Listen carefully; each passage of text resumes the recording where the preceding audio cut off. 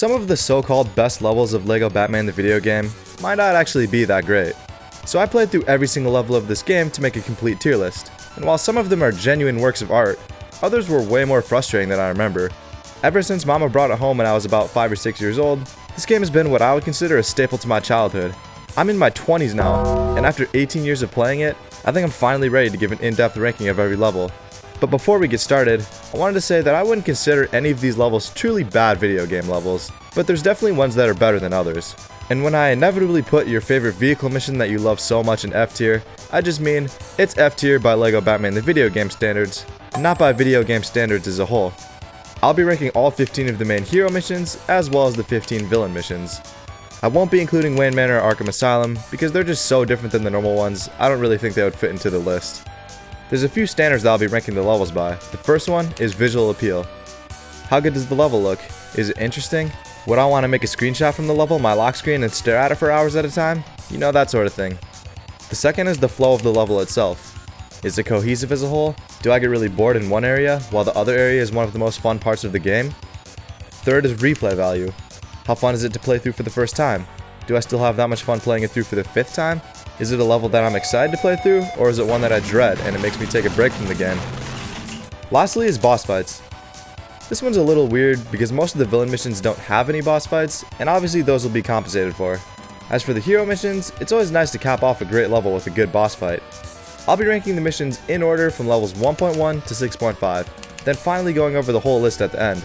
And of course, these are just my opinions. I'm just some dude who decided to play a Batman game before the age requirement on the package, so the list might have a few minuscule flaws. Alright, the dirty work is done now, let's get into the ranking.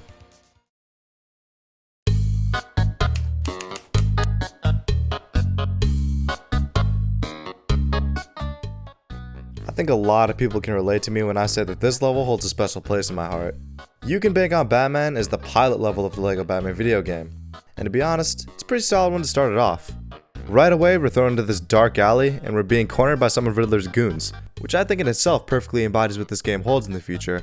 Gotham has such a unique and specific style to this game. It's so dark and eerie, and it's easy to imagine criminal activity roaming throughout the night. It's a really uncommon setting for a game geared for such a young audience, and I don't think any Lego Batman game has come close to matching this. This first level introduces that, and it does a good job showcasing what's yet to come. I don't know, something about the color palette and the atmosphere is just something that no other level in this game quite matches. Like the big neon sign, or the random splashes of bright golden colors, they're such a nice touch. If I had to create one level from memory from this game, it would have to be this one. At this point, it's so engraved into my head, I feel like I know every nook and cranny that's in this one. And yeah, you could say it's really short and simple, and I'm not going to disagree with that, but I think there's something charming about that, and there's a reason that this level has become so memorable. To be fair, it does lack some of the complexity that's present later on in the game. The boss fight is very simple, and it doesn't really incorporate any of Clayface's personality or shapeshifting ability, and everything feels pretty straightforward, but the level's still cohesive as a whole, and it's a perfect way to start off a game like this. In my opinion, one of the best pilot levels of any Lego game. This one's going to start us off in the B tier.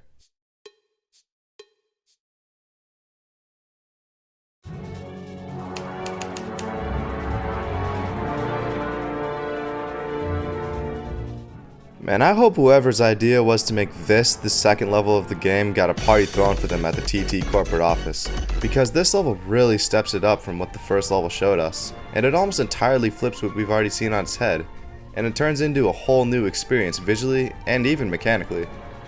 I don't know what I can say about the first room that hasn't already been said before, but this towering, ominous snowman that confronts us right away gives me such a rush of emotions. It gets me excited for the rest of the level too. No other level captures an energy like this right away, and I think that the atmosphere of this whole level is what makes it such a standout from the other missions. As I said before, it completely counteracts how Gotham looks. Obviously, since the second level, we don't really know that in the first playthrough, but it turns a supposedly friendly place like an ice cream factory into this vast and dangerous world.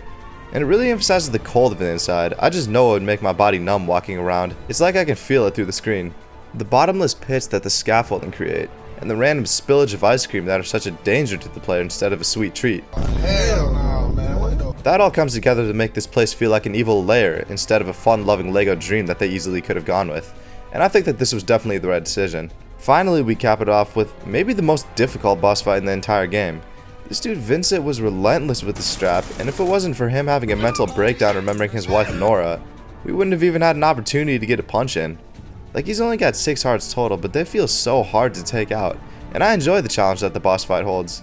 I honestly don't even have anything bad to say about this level. This one's easily going to be one of the best on the list. It's going to be our first level in the S tier.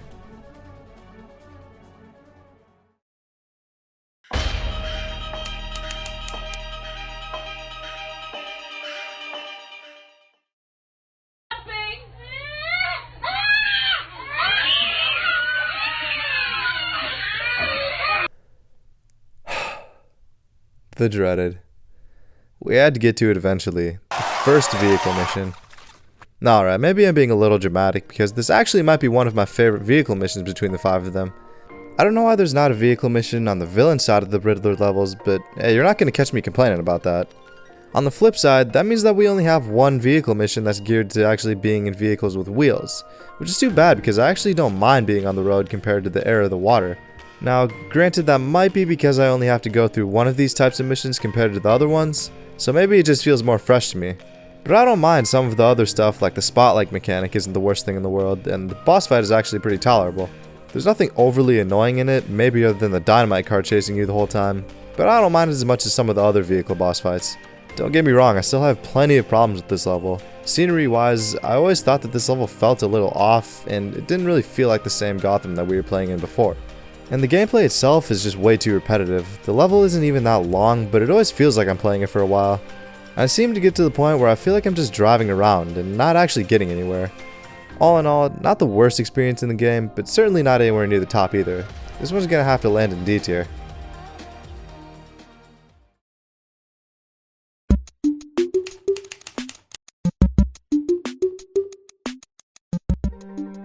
A Poisonous Appointment is the level that gets me to realize that the Riddler series on the hero side is definitely the one that has the most variation in their aesthetic, and I think it pulls off every visual language pretty damn good.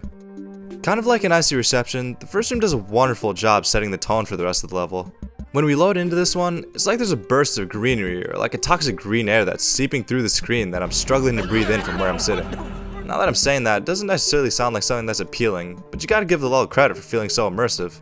The endless greenery that we go through the entire level, and the amount of plants that are infesting every corner we turn make the level feel so fleshed out as a greenhouse sort of thing.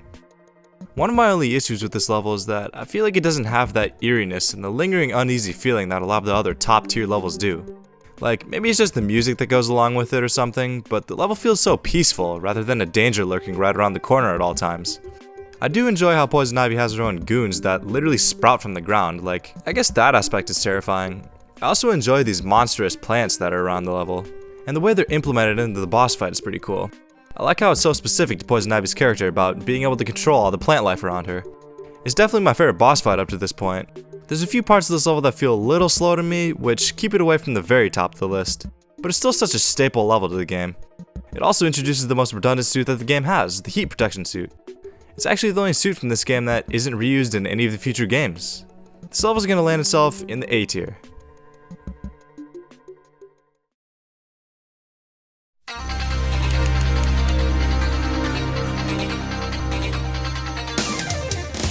Wow, this first series really has banger after banger levels. The face-off is the final installation from the first chapter, and man, does it feel like an epic send-off. It's definitely a long level, but it does a great job of keeping the intensity the entire way. We open up with this narrow bridge scene where we're forced to fight our way to the next part. Then we have this bank with this high security, and it almost feels like we have to break into the bank ourselves. Then it has this vertical aspect, kind of similar to the Joker final level, to the top of the tower. But it has more horizontal gameplay, which I enjoy too. It's also one of the rare times we're put almost into this first-person point of view, and we have to go through this whack security system to get into the final face-off room. Two-Face and Riddler don't really seem to have a set aesthetic to them like Poison Ivy and Mr. Freeze do, and that'll serve as a point of issue later on in the video. But this level has no issues coming up with a theme, as the whole level feels like a grand heist. All of the henchmen are so overwhelming, and every area feels dangerous in its own way. Every room also looks a lot different than the one from before, and they mostly feel like they're from the same bank, but I'd say there's a bit of randomness that hurts the cohesion a bit. It's not terrible though. But my favorite part of this level, and maybe my favorite room in the entire game, is the Two-Face boss fight. The way he walks out with confidence as the toxic waste around him is burning everything to the ground is, I'm sorry, but actually the definition of having aura.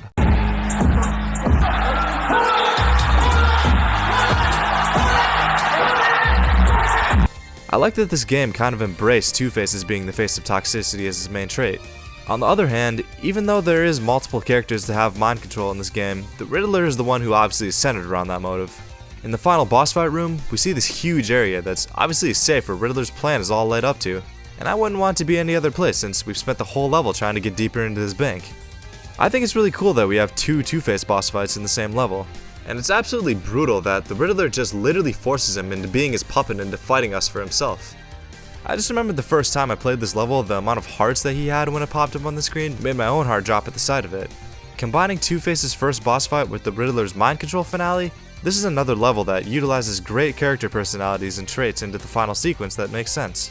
This is a great way to end the first chapter for me. It doesn't quite reach where an Icy Reception is, but it's still going to be at the top, in the S tier spot.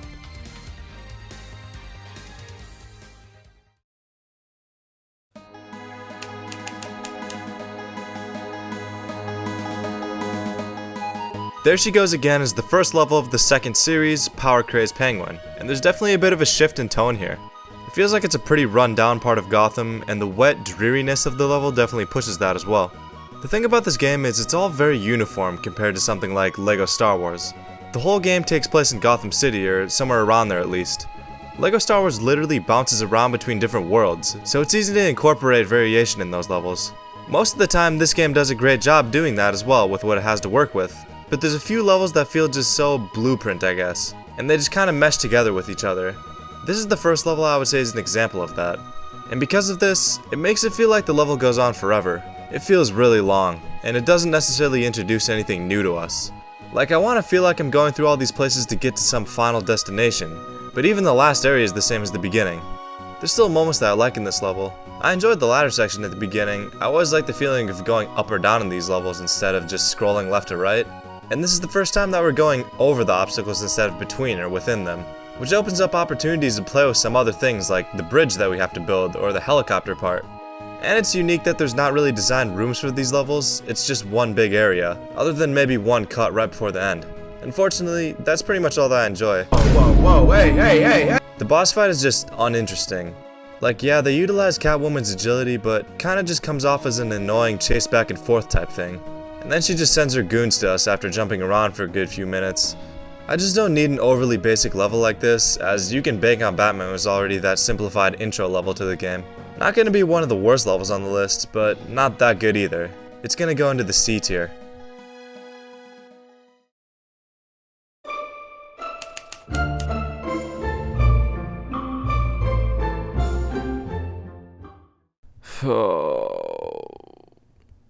This level is trash. Yes, I'm continuing the trend of hating on vehicle levels. What are you gonna do about it? But Batboat Battle makes Two-Face Chase look like an S tier level. Remember in the intro when I mentioned levels that make me want to stop playing the game when I get to them? This is one of them. Every playthrough I have, I'm always excited for the second Penguin level, all to remember that it's the vehicle mission. It's always like a band-aid that you have to rip off. And I'm like, okay, well, we just gotta get this over with so we can continue on with the actual game. But what actually makes this level so bad? To be honest, if you've ever played this game before, I don't see how you could do anything other than agree with me, but I'll explain my opinions anyways. For some reason in this game, I really dislike being in a boat. It feels so jank and foreign, and I don't mean that in a good way at all. And the actual level feels so claustrophobic. It's like I should be in the open seas swimming freely. But instead we're put in this intricate dock system that makes me bang into walls every time I turn. I guess it looks alright. It's nothing special, it needs more special looking rooms or some particular type of environment. Like we see Killer Croc in the end cutscene, why couldn't we have gone through some kind of sewer system at some point? That could have been cool. Talking about the boss fight, I actually don't hate it as much as some other people. Like, it's not as bad as a playthrough as something like Gunship Cavalry. I don't even want to talk about that. But I feel like this was another missed opportunity, like, we're fighting a submarine. Why does it not do, you know, what a submarine does and go underwater or incorporate some kind of surprise factor when it comes from underwater and maybe shooting us from underneath? Two-Face Chase at least gives the armored truck a personality, like it's literally driving around sporadically the entire time unhinged. The only time we get to see the submarine sink is when we destroy it. Yeah, I don't like this level, and I don't have much to say anything good about it. So I'm happy to say that this will be the first level in F tier.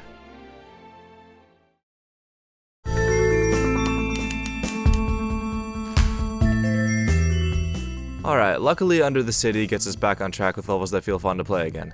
Growing up, this was always my favorite level. Killer Croc was my favorite villain in this game, so naturally I liked the level that he was bound to. The atmosphere in this level is so nice, and it fits perfectly. The first level of this chapter we got to go over the city on the rooftops. Now we're counteracting that by going underneath. I enjoy the damp feel that's shown in the underground tunnel system. And even though we're pretty much walking through a sewage system, it doesn't feel overly gross to the point where it's hard to look at, but it does have that rugged and grimy feel that's recognizable to the level.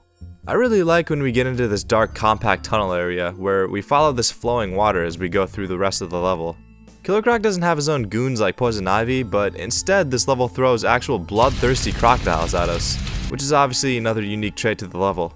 The music in this level also feels so different from the rest of the game, and that makes the underground system feel so distinct. I think this level has some of the best matching music to everything we're experiencing. The boss fight is one of the simpler ones, but in this case I think it was the right move. I think the only thing they could have added was some sort of implementation of the crocodiles, but anything else might have been a little too much. I enjoy how Killer Croc is just an absolute brute and he chucks these things that are being flushed down the drain at you.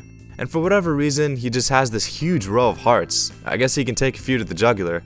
In terms of improvement, I think some of the middle parts are a little slow and they lack character that make them feel extremely distinct, especially this room that feels so bright compared to the rest of the level. I wish we were just engulfed by these shadows from the tunnels the entire time. It doesn't really feel underground here. They don't have a hard time making these other areas feel unique even though they have the same lighting the entire time. Altogether, the positives outweigh the negatives here. I'm gonna put this level right below Poison Disappointment in the A tier.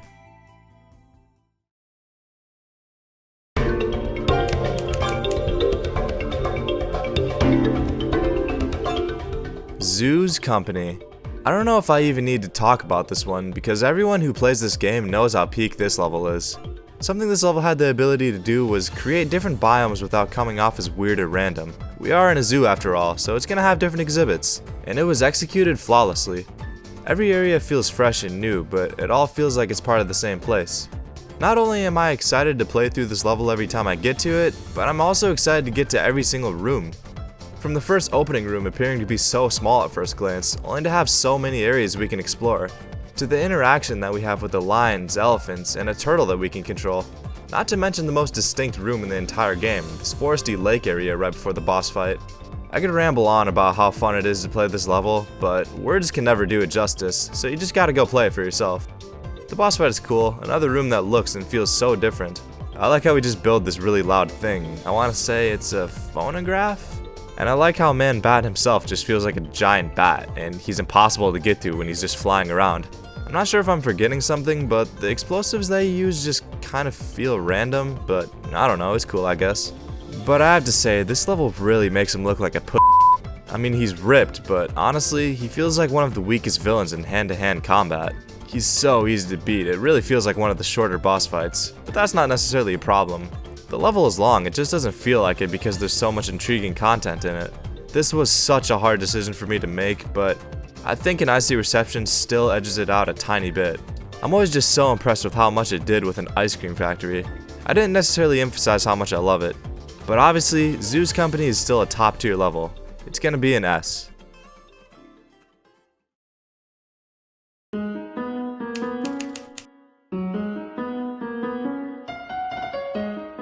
Dude, what is this level?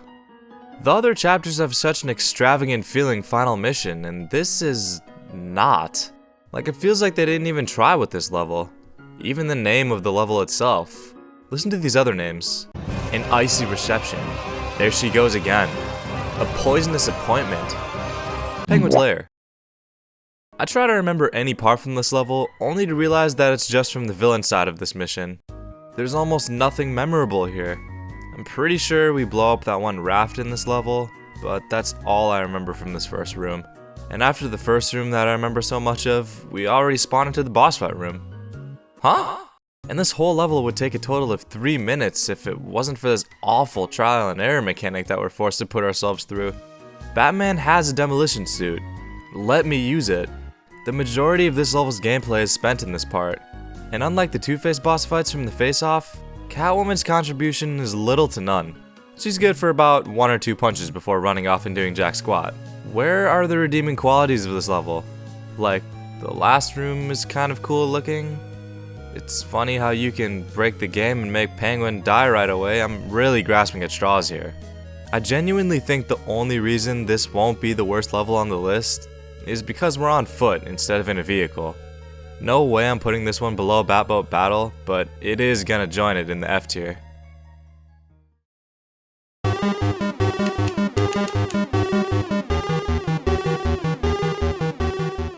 Joker's home turf is the introduction to the final villain series, The Joker's Return. And this level takes place in this massive toxic waste facility. People have speculated this is Ace Chemicals, since that would make sense, but I'm pretty sure there's nothing that confirms that. I enjoy how Joker this level feels. Joker's levels are pretty much the toxic waste levels, and I love that they chose this narrative. This whole place is flooded with toxic waste, and it's a whole new type of intimidating feel. This is another level that feels very long. I don't have a spreadsheet or anything, but I've always thought that this was the longest level in the game. The first room is my favorite part, but it feels like it takes the longest time. It has some unique elements, like the bombardment of goons on the floor that feels like it's covered more in toxic waste than not. And of course, who can forget about the vacuum? After we get out of the first room, we still have to backtrack and come back into it, like we cannot get away from this entrance. By the time I'm done with it, it's taken so long that I feel like the level should already be close to being over with. But at this point, the level's maybe only a third of the way done, which is my main concern. Each area feels different than the last, but I don't know if they're all interesting enough. They did some cool things with the toxic waste, but they probably could have pushed it even further and added more creative features. Like after the first room, I feel like this middle section is just kinda, alright, let's get through this part so we can get into the boss fight. But I do like the boss fight. We have to use this teamwork aspect like we did in the Mr. Freeze fight, and the trapdoors are a cool choice of a way to hurt the Mad Hatter. Speaking of the Mad Hatter, what a cool niche choice of a villain. I'll be talking more about the villain characters during their villain levels, but for some reason the Mad Hatter doesn't have one. I like his maniacal magician personality, but he's obviously still not mentally stable, which makes him feel like a threat. I'm happy that they chose him, still waiting on Lego to make an actual minifigure of him. Solid level to start us off, I'm gonna stick this one in the B tier.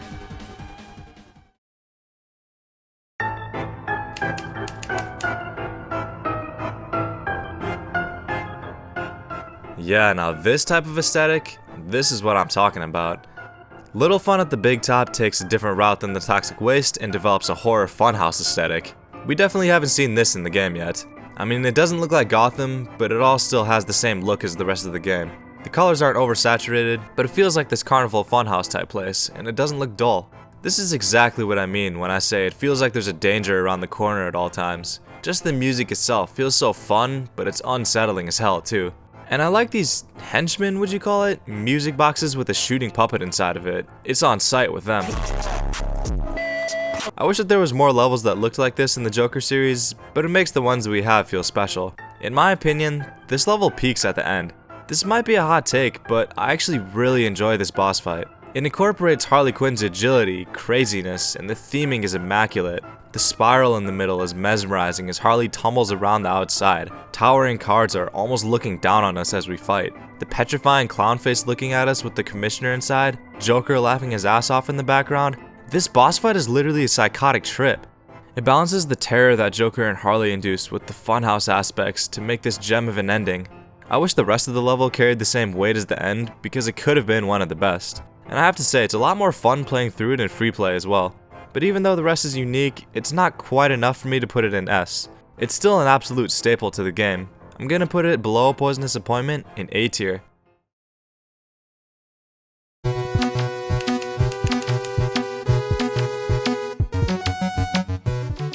Yeah, I wish I could say this is gonna be the last time I'll be complaining about being in a vehicle, but it's not. Flight of the Bat is the first level that we take to the skies, which isn't technically true because we've already flown a helicopter, and that helicopter part might low-key be more fun than this one.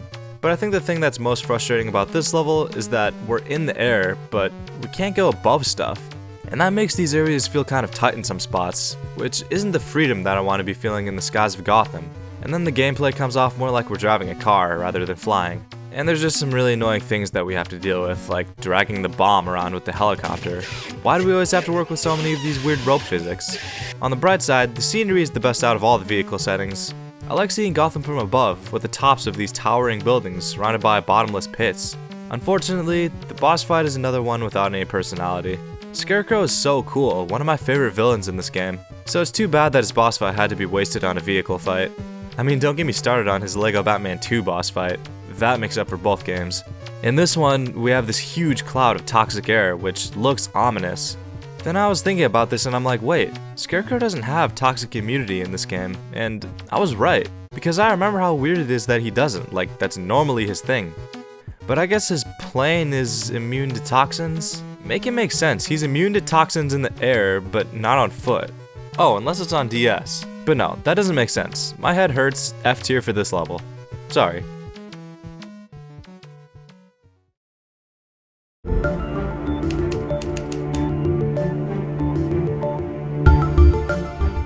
The Joker levels are weird because they have a lot of non-thematic characters like Mad Hatter, Scarecrow, and now Killer Moth. So that raises the question of how do you make a level around a character like Killer Moth? Well, this level gives a great answer to that question. The atmosphere in this level is probably the best out of these downtown Gotham type levels. The first part I want to acknowledge is the actual club. Definitely the most memorable part about this level. I love all the things this place packs, the bar and the pool area, the fish tank, and of course the disco area with this beast of a dancing robot.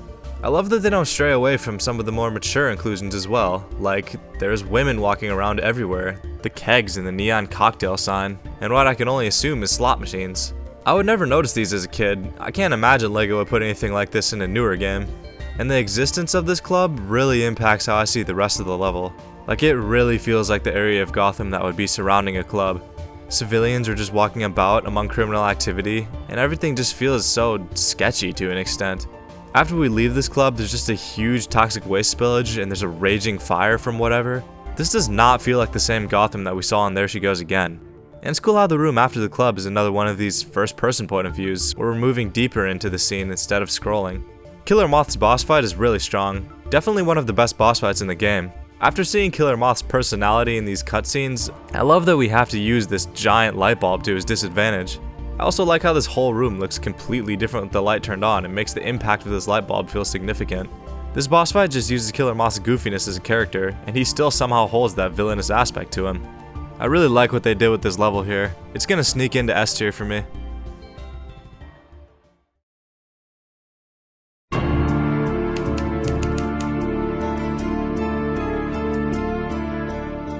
To the top of the tower is our grand finale of the hero missions. And right away, they make that clear through the visual storytelling. This opening room feels so cinematic. Cops and goons are dumping lead at each other, and we're met with this massive tower that we've been teased with in previous cutscenes. And after doing a few tasks in the room, we're met with this first Harley Quinn mini boss fight. I love how Harley Quinn is just flipping around at the top of the screen, and we have to shoot her from where we are. Kinda weird that we have to do it with a water gun, but I just love how it uses the whole screen, and it feels like she has such a high ground advantage on us. Yeah, this first room really does it for me.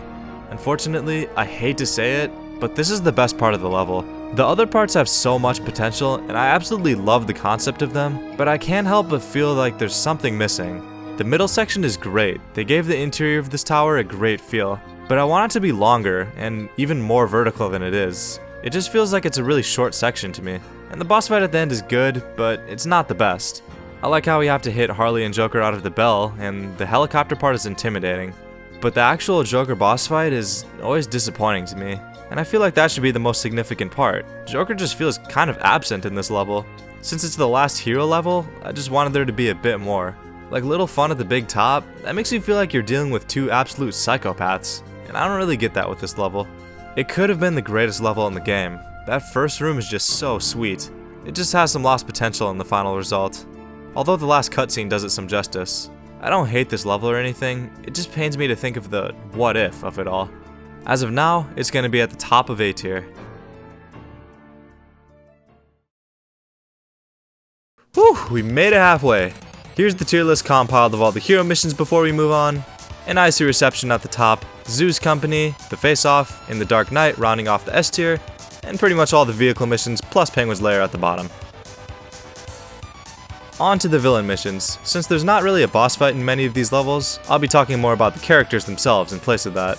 In the hero missions, we're always playing through with the same two dudes, while the villain side gives us a wide array of characters, so a decent bit of the level might be based on how fun it is to play with these characters, or how the level is themed or designed around these people. Let's get into it.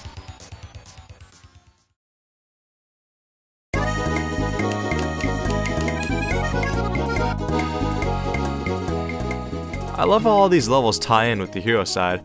They're all pretty much made to depict the events that happen right before Batman and Robin come, or even during those events. This is one of the levels that does that the best. Before we talk about the level, I wanted to mention how I love the way they're split off into groups, and they have their own designated leaders. It makes each chapter feel specific to a certain story, and it all makes sense since it's Lego's original story. Getting back to the level, this one starts in a car park area that's underground, and honestly this part doesn't really have anything special in it, so it's pretty boring. But once we get outside, we're hit in the face with this familiar aesthetic that we saw in the very first level of the game, You Can Bank on Batman. But the color and the lighting is slightly different, which makes it feel like we're on the opposite side of the story. This long construction area where we have to use a wrecking ball to knock down the obstacles to get to the next room feels like something that would exist in this part of Gotham. In the final room, I just love how it connects to the opposite side of the bank where we come in as Batman and Robin. And then we can go into this little room that has the red cars and we can see so much of the You Can Bank on Batman layout. I'll never forget how much that blew my mind the first time I realized this. To this day I love that feature. And we get to play as Clayface in this level, which is a breath of fresh air since we've been using Batman and Robin for so long. He has a good personality, and they did a good job animating all of his expressions and his whimsical fighting style. This level definitely doesn't have as much personality as You Can Bank on Batman, but I think it's still an adequate enough intro to the villain series. This one is gonna go into C tier.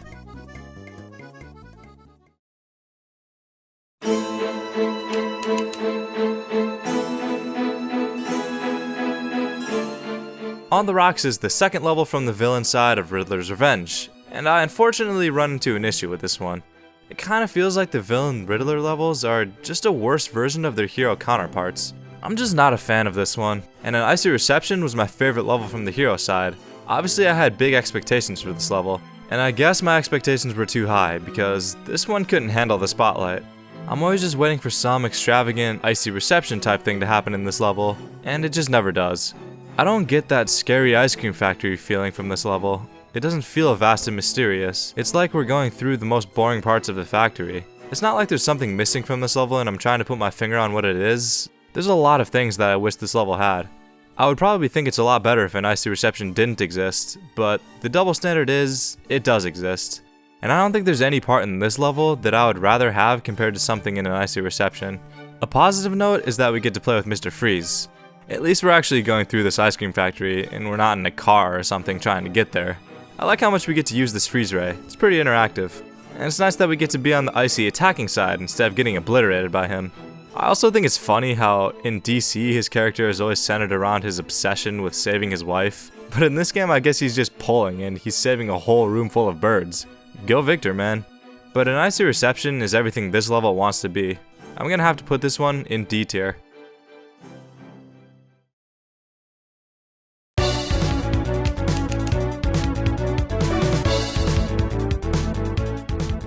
Green Fingers kinda has the same problem as On the Rocks in my opinion. That's not really a good thing to open up with, but it is how I feel. I just think that A Poisonous Appointment is a better version of this level, but this one has a bit more positives to it compared to On the Rocks. I think that there's some particular parts that are great. This first room looks really nice, and I almost feel bad when I break things in the level. I also like the second room. It's like this atrium just filled with toxic waste. But I think this is the only room that has that really green, hard to breathe air feeling that A Poisonous Appointment did so well. And I don't know how I feel about the other parts of the level. Like I enjoy how we can ride one of these huge monster plants, and the swan in the water is cool too. But I feel like they kind of cover up that the rest of the level doesn't have a great design to it. Like, Zoo's Company is a great level where we can interact with the animals, and the design is great. I'm not sure that this level has both of those aspects to it. Something in this level is missing. It all just feels a little empty. The level itself just kind of feels insignificant to the story of Riddler's Revenge as well. Like, the only thing that we actually need here are seeds of trees that grow really high up so we can get into the bank. I don't know why we didn't just use a helicopter. You know, I guess it saves us from being in an additional vehicle mission, so maybe I should be grateful. I guess I like that all of the villains in this series end up in their boss fights, because they just fall in love with the areas where Riddler brings them. Speaking of, we get to play as Poison Ivy in this level, our first female character, and it's fun to play as this kind of elegant, toxic character. Obviously a necessary character to a Batman story. I'm happy that we got 2 green levels specific to her. A Poisonous Appointment is just better. This one's gonna go into C tier.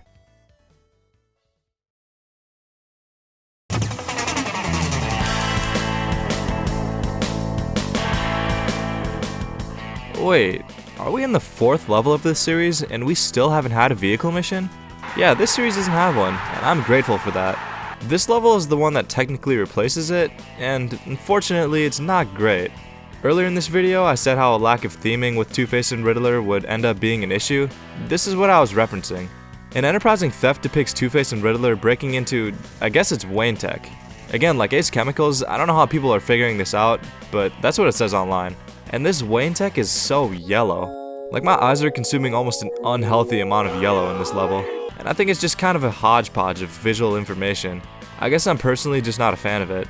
But I do like the first room. I've always liked the layout of it with the 2 separate floors. And the flooding of the toxic waste is really fun. I enjoy how it transforms this first room into an almost unrecognizable area. The middle parts are pretty forgettable. We use this really slow robot to destroy a security system, the rest is pretty boring. And the end is just so random. We played this whole level having the color yellow being shoved down our throats, just to get to this random ass room at the end that doesn't match anything visually. And here's where I have to address, I don't like when they use mechs in the levels. It comes uncomfortably close to feeling like a vehicle mission, and for me, it kind of feels like the developers just didn't have any better ideas in the end, so they just throw a mech to fight some enemies and then they call it good. In terms of the storyline, this is the most redundant of all of them. Like, we just steal this laser to break the ice path that we create. I don't know who's gonna be following us. All of this just for it to not work and breaking down the door. I don't really care about that though. This is the first level that we get to play as Two-Face. He's alright. He's a bit basic, but I like that we have him to swim around the toxic waste in the first room. This level doesn't do too much for me. I'm putting it in D tier.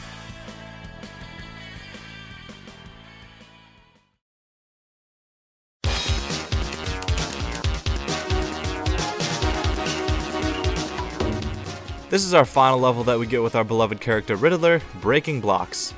This game was released about 9 months after the first episode of a show about a certain high school chemist that I know. I wonder if the title correlates to that at all. This first room is dope, it really feels like the final level. Right away, a helicopter with a spotlight is in our face, and the SWAT team hops on us before we can breathe. It's cool that we see the progression of a threat that we're becoming, and we've graduated from policemen to a SWAT team. But this level doesn't hold that weight for more than a minute, I would say. After our first big fight with the SWAT, it kinda just slows down, and I forget that the helicopter is even there. The vertical aspect of the first room is cool, but it doesn't do anything too special with it. And once we get inside, there's literally not one part that I can remember. When it's been a while since I've played this game, I always get this level and an enterprising theft confused.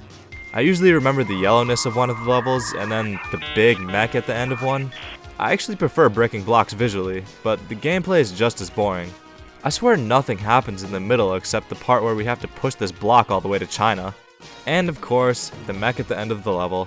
This isn't going to be an exception for a mech that I like, and this one feels even more lazy than last levels. It's like, hey, this one's bigger, so I guess the level is more important than the last one. Yeah, I'm not convinced. We've been playing through all these levels with the Riddler, who is a fun character to use. He's our introduction to the mind control mechanic, and he just has that mischievous quality to him. But his villain missions aren't going to land a great track record on my tier list. This one's going to be in D tier as well.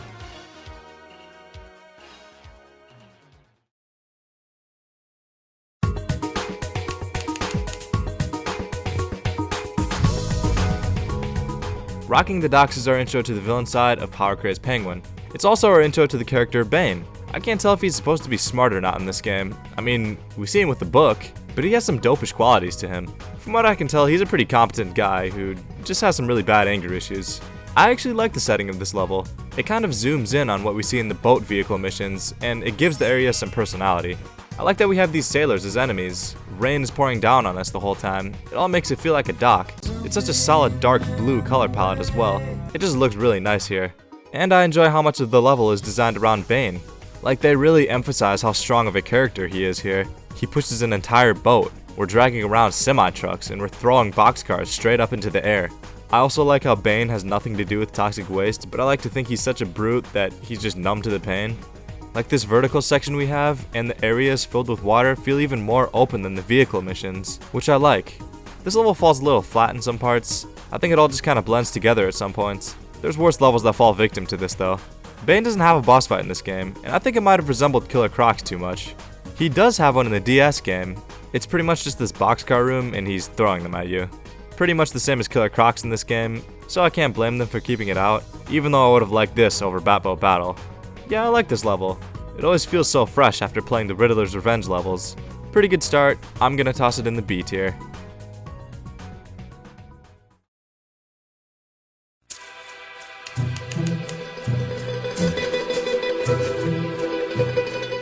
Even though it's not the first level, stealing the show is the villain side of There She Goes Again, which means we're again put on the Gotham rooftops. Except this level does it a bit better. Right away the lighting is already more interesting, and I think it does a better job of making it feel more like an actual city. The gaps between the buildings feel vast and dangerous, and it feels like we're almost trying to stay hidden from the police. I do think the way we traverse between buildings is a little better on the hero side though, like, this level doesn't beat the crane or the helicopter that we see in that one. But there's still some good features. I like the area with the fans blowing us off the roofs, and the times we use Penguin's umbrella to get across. And I really like this mini boss fight that we have. This is what we need in villain missions instead of a random mech thrown into the mix. Yeah, I don't know if the rooftops did enough for this to be a tier above There She Goes Again. Except then we're thrown into this museum. Now this is what makes the level.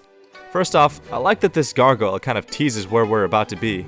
The opening shot right when we get into this is the best part. This is cinematic. I like the striking visuals of the velvet carpets, the paintings, and the open layout. And right in the middle we have the dinosaur fossils, which are the peak of it all.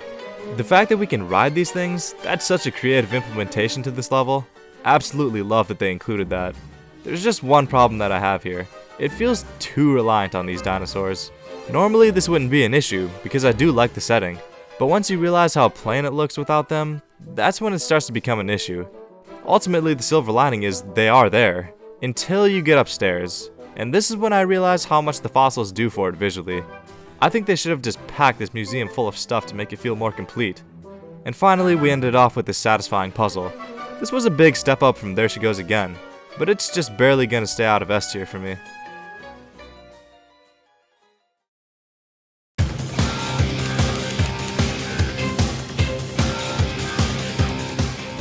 While I was making this list, this was probably the level that I remembered the least out of all of them.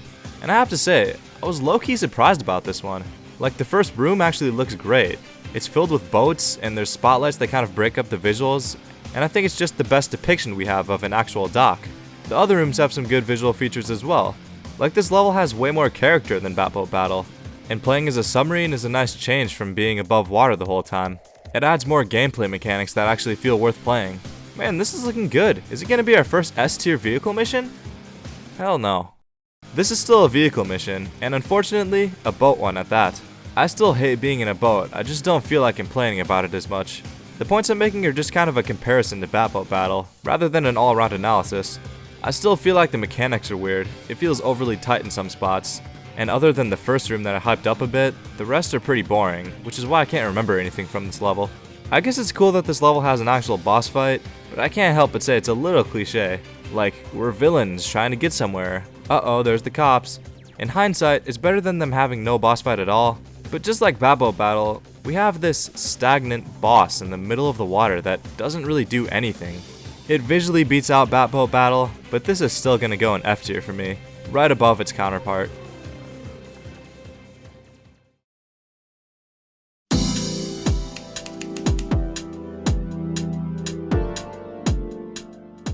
This level is a heater. Thank goodness the vehicle mission wasn't the only one that we got with Killer Croc. Remember how much I love the atmosphere of Under the City?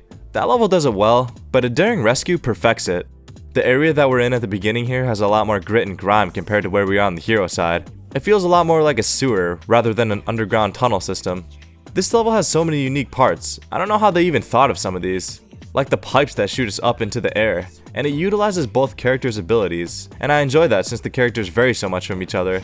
We have to fly across some areas with Penguin, and Killer Croc really feels like half crocodile, half human here, like when we have to sink and swim through this pipe. And of course, I have to talk about the rideable crocodile. That joint is so fun to use. I think this is even better than the fossils, because this level was designed for it. The part that we use it in has this cool curving effect, it's filled with these workers, and there's no need for any extra visuals. Then of course, after we're done with the sewage area, we come from this underground into the police bathroom. It's such a fun and creative way to tie everything together.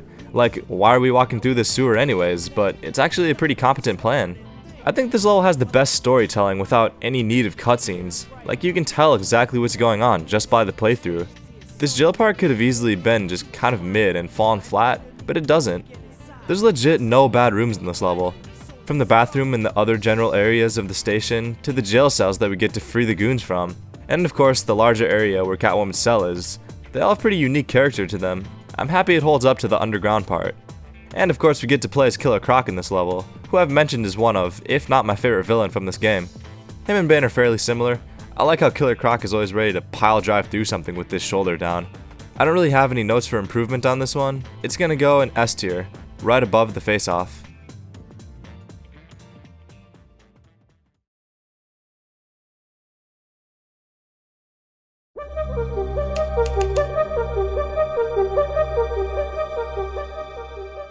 I want to say here that I like how these levels kind of happen during the Batman and Robin levels, and what we do on the hero side kind of affects what happens on the villain side. Like in Riddler's Revenge, the villain side happens first, then the hero side happens. But in Power Crazed Penguin, it kind of alternates between the two, and it fills in some of the holes that we have in the plot. I would say that Arctic World is probably the only villain level that blows the hero one out of the water. We all remember how bad Penguin's Lair was. Arctic World, I mean the title is accurate in this one. Since there's only 2 levels that are specifically winter themed, I want them to feel like winter. I like how there's this gentle snowfall continuously throughout this level. It really gives the first snowfall of the year type of vibe. We get this back and forth layout that's pretty unique to this level. The main objective is in the middle instead of being on one side or the other. I like this part where we push blocks of ice on different levels. It's always a part that sticks out to me. I don't know, everything just feels more pleasant in this level compared to the hero side. Penguin's Lair isn't insufferable or anything, it's just so forgettable and it doesn't have any substance. That's what this level has, substance. I completely forgot about this car elevator we use so that we can bring the vehicle up and break the ice. That's awesome. This indoor area is really short, but it's done well. There's a lot packed into one room, it's always a good revisit. Then we get into this infamous downhill section. Remember, no rushing. To be honest, this part would actually be really fun if my heart wasn't sitting at a steady 200 BPM every time I'm trying to get this mini kit. I mean, I don't think I've ever gone down this slide without trying to get the mini kit. The ending area is a slight improvement to the hero side, but yeah, that's pretty much it. This is our second level playing through as Catwoman and Penguin. Catwoman's fun, she's agile, as she should be, and her whip is always fun to use. And Penguin is an interesting one. I would rather just use other characters to fly around, and the Penguin's bombs can be frustrating sometimes, but I guess they're unique. Kinda just feels like a basic duo to me. Not a bad one to end off the Penguin story with. This one's gonna go into the bottom of B tier.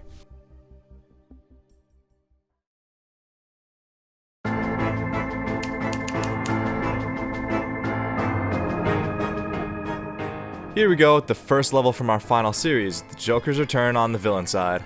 Man, these funhouse levels just really do it for me. This level feels so full and well-rounded. There's probably 5 different parts that I could say are my favorite from this one. Right away, we have this back and forth between Harley and Joker, and it already has so many unique interactive features. The crazy carnival type sounds that are playing in the background, everything here is so immersive. Some might find it annoying, but I kind of like the Joker's laugh that's always ringing in the background as we go through chaos. He's such a psycho. There's no slow parts to this level, it always feels like we're doing something. After this first section, we have this little Ferris wheel part before we get into one of the most unique sections into the game, the roller coaster.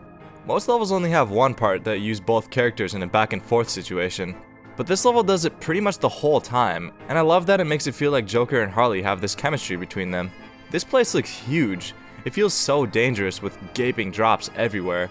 We just see this dark background way below us with green haze rising from the ground up. And the roller coaster itself isn't just boring wood. It has good visual features, and there's splashes of light and signage all around. And after this area, it doesn't slow down at all, it just keeps going. There's a food vending area, a duck pond, a carousel, an ice cream truck. This level has it all. We ended off with what I would consider the first actual boss fight from the villain missions, Commissioner Gordon. They did not need to add this to the level, but they did. And it just caps off what was already such a great level. They send these clown cars, ironically, of policemen bombardment towards us. It's none of my business why there's a bin of teddy bear bombs here for us, but it's cool that they're teddy bears when it could have been anything else. This level also has the best replay value of the game. I never get bored of what we have here, and there's so much extra stuff that they put into the free play. It's definitely worth the extra playthroughs. I could make a whole separate video on how much I love this level, maybe I will one day. But for now, I think it has the best replay value and the best visual appeal of all the levels so far. Half of the standards that I'm ranking the levels by. This is my favorite so far. It's going straight to the top of the tower in S tier.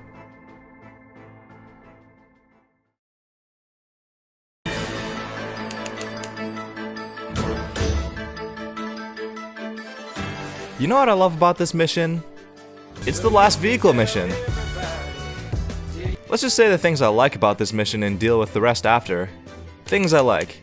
It's the last vehicle mission. Scarecrow's biplane. What else does the level have? I looked through footage of the level, and I couldn't really pick out anything else that I liked. I wish there were more toxic air parts because right now there's none. Do you remember anything about the police helicopter boss fight? Yeah, me neither. There's a boss fight, if you can even call it that, with a police helicopter. You know what? Nah, it's embarrassing that Stealing the Show, an on-foot level, made a better helicopter boss fight than this one. This level is short, which is good because if we had any more substance-less content like this, I would probably blow my brains out. Somehow the scenery is less interesting than the hero side, which is one of the only parts that I liked about that level, and I don't even know how that's possible. I don't know what else I could say that's good or bad about this level, it's just so nothing. I'm not gonna put it below Batboat Battle because there's more I dislike about that level than this one, but that's the only one I'm gonna put Biplane Blast above. F tier, obviously.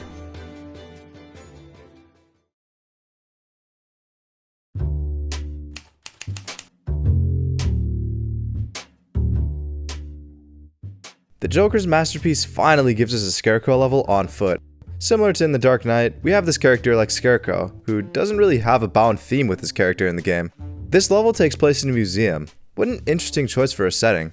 I love all the references they make to real-life paintings. They actually put a lot of work into them. And these paintings just fill up the museum and they make it feel realistic. I think it does a lot better of a job than Stealing the Show did. I like the dynamic we get between these two characters. They both feel so clumsy with their fighting style, and neither of them are able to double jump. It's kind of funny. Some of the middle parts in this level lack a bit of character. They reuse some of the paintings, but I understand that's a lot of work. Other than that, I feel like we just kind of get through some of the rooms pretty quickly, and I have a hard time remembering anything about them. Side note, but the last room always reminds me of Negotiations from Star Wars. It's like the exact same perspective after we get past the first gate, and there's enemies on the opposite side of the room. But anyways, I do think the first room is the best in this level. The way we crash through the ceiling and fall into the museum is unmatched by anything else in this one.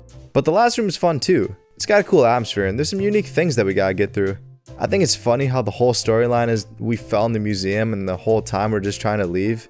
And that's really what the whole series is. It's just we're supposed to get to the cathedral. Thank goodness Flight of the Bat exists, otherwise the whole series would be in planes.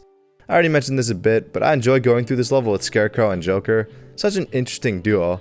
I really wish we had another on-foot level with Scarecrow in this game, because his personality is so fun. It's definitely one of the most developed from the cutscenes. As for this level, it's solid. Right now, it's gonna sit at the top of B tier.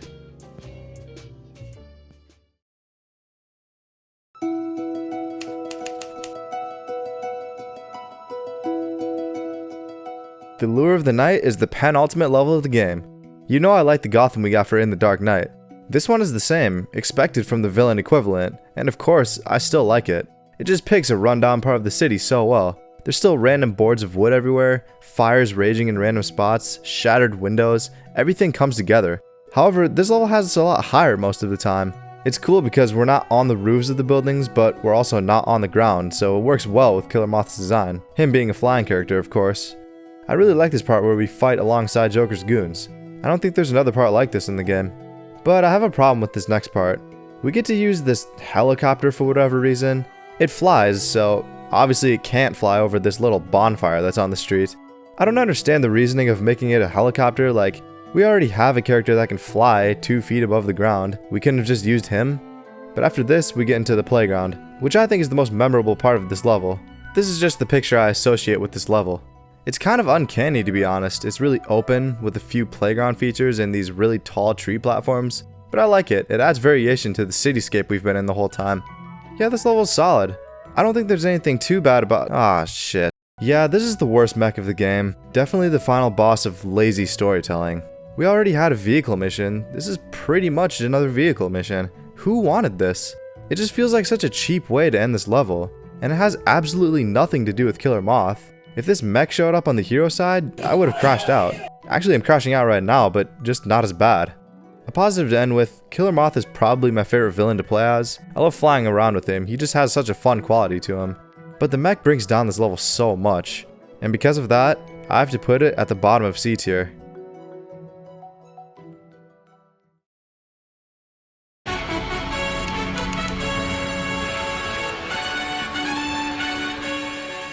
Here we are, dying of laughter, the finale of Lego Batman the video game. Instead of starting outside like we did into the top of the tower, we start inside the cathedral at the bottom. The scenery is pretty cool. There's a bunch of flipped pews and there's these huge mosaics on the wall which really bring the room together. And the middle section of this level is beautiful. It's even better than the middle of to the top of the tower. This area keeps the mosaics going. It really makes the level. It has some good gimmicks as well. There's some good staircases and the falling floorboards are a good feature. It feels dangerous, like we can fall at any moment. There's no guardrails or anything, it just drops off. And it just feels like we're going up the whole time, which is exactly what I want from this part. Unfortunately, this level has the same problem as the hero side. This part is too short. The first room takes a while, and this second section just feels so short. It feels like right when this part's getting really good, that's when we just leave and go to the top room. Comparing it more to the hero side, it doesn't have that first really extravagant room that makes it so great. But neither of them have an ending that's satisfying.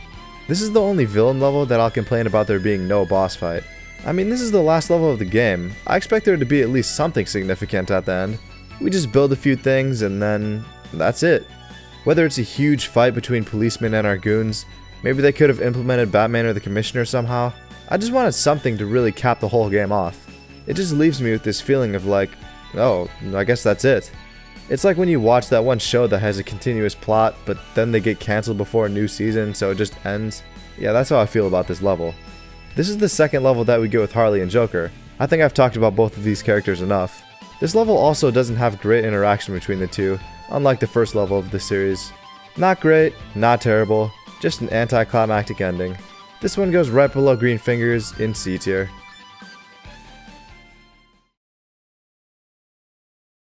Wow, we made it. That was 15 hero missions and 15 villain missions for a total of 30 Lego Batman the video game levels. Let's check out the finalized tier list. At the bottom in F tier, we have Batboat Battle, Biplane Blast, Harboring a Grudge, Penguin's Lair, and Flight of the Bat. Just above it in D tier, we have An Enterprising Theft, Two-Faced Chase, On the Rocks, and Breaking Blocks.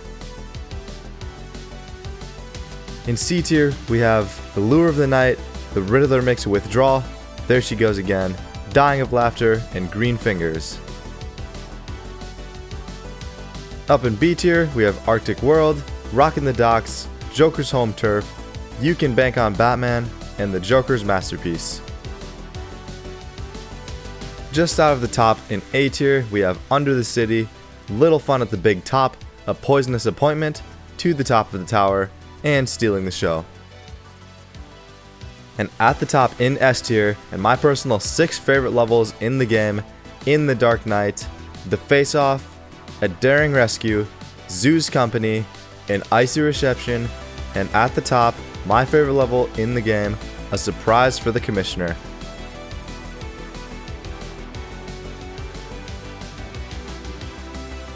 And yeah, that's gonna do it. Let me know if you think I got everything right, or what levels you would put in S tier, or just leave an angry comment telling me everything that I did wrong. But if you made it this far, I just wanted to quickly say how much I appreciate, because I know it's a long video. This took a lot of time and effort to put together, so hopefully there's a few people who could have got some enjoyment out of this. I'm planning on creating more of these long essay type videos in the future, so if you want to be around for those, feel free to subscribe. But for now, I'm finally done yapping. Until next time.